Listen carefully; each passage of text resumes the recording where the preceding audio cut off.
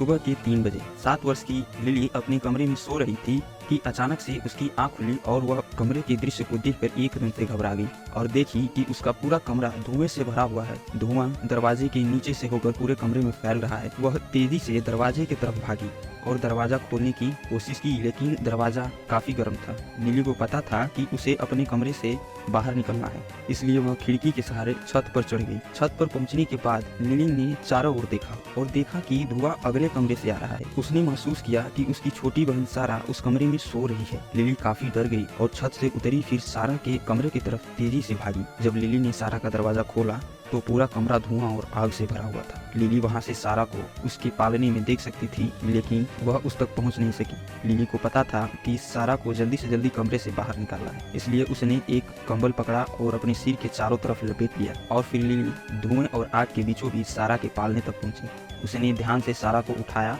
और सामने के दरवाजे से बाहर निकल गई। वह सारा को जमीन पर रखकर मदद के लिए चिल्लाने लगी। एक पड़ोसी ने लिली की चीखें सुनी और दौड़ता हुआ आया। पड़ोसी ने लिली की सारा को घर से सुरक्षित दूरी पर ले जाने में मदद की। लिली और सारा ने घर के जलते हुए इस भयानक दृश्य को अपने आंखों से देखा। इसके कुछ ही मिनट बाद फायर डिपार्टमेंट वहां पहुंचा और आग बुझाने में सफल रहा।